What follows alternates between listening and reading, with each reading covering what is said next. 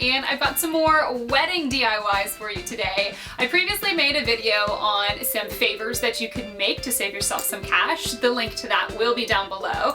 But today, another way to save yourself some money is by doing some of the decor yourself. And it might seem a little overwhelming to take on these centerpieces, designing them, making them, but it's a great way to save a lot of money, and they're actually really not that hard to piece together. So I'm going to show you a couple of different ideas for that and how you can go about putting them together, but also a fun DIY for you to put on the backs of your chairs once you are finally Mr. and Mrs. So let me get to that.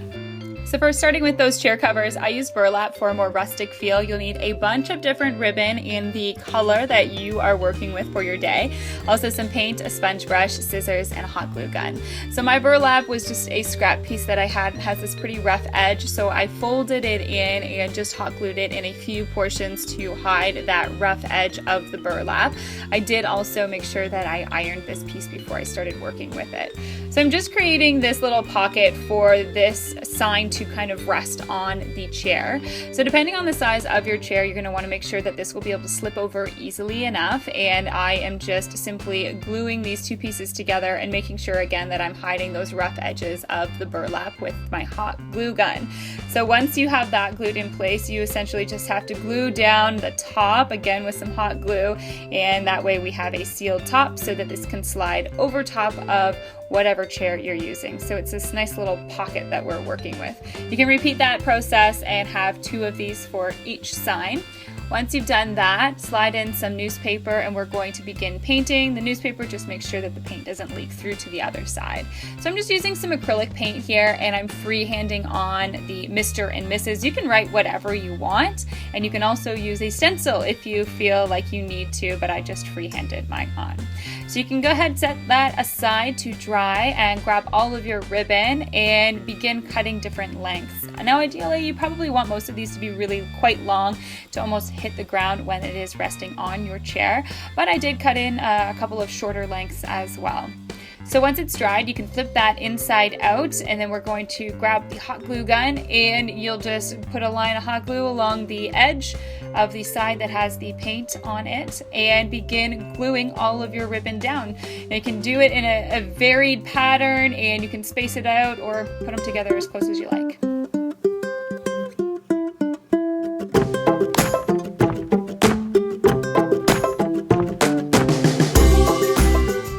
For our centerpieces, this is a quick, easy DIY with a mason jar and either twine or some string. You'll need scissors and also a hot glue gun.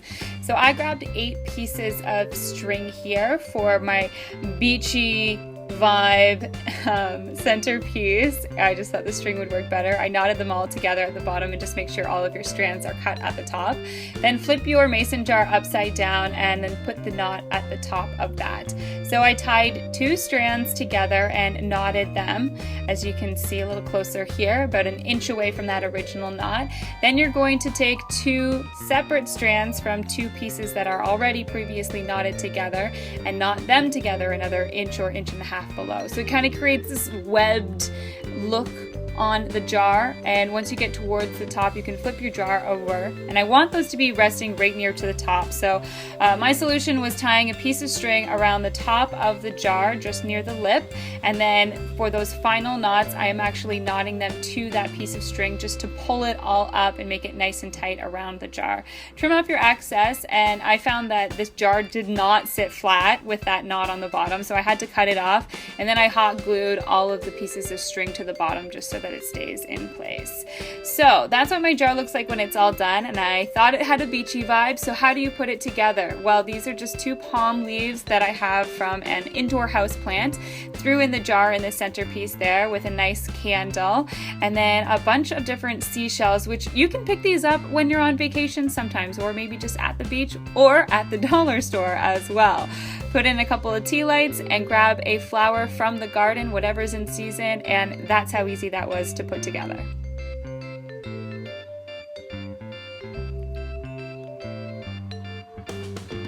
For a second centerpiece option, this one a little more rustic to go along with those signs. A wooden slab, again some flowers from the garden. I've got a mason jar, small candle, and a picture frame. So the flowers go in the jar, candle goes on top of that wooden slab, And the picture frame just rests on top, and it works as your table number. So you can pick these up at the dollar store and you can print off your numbers, and that's how simple that is to put together.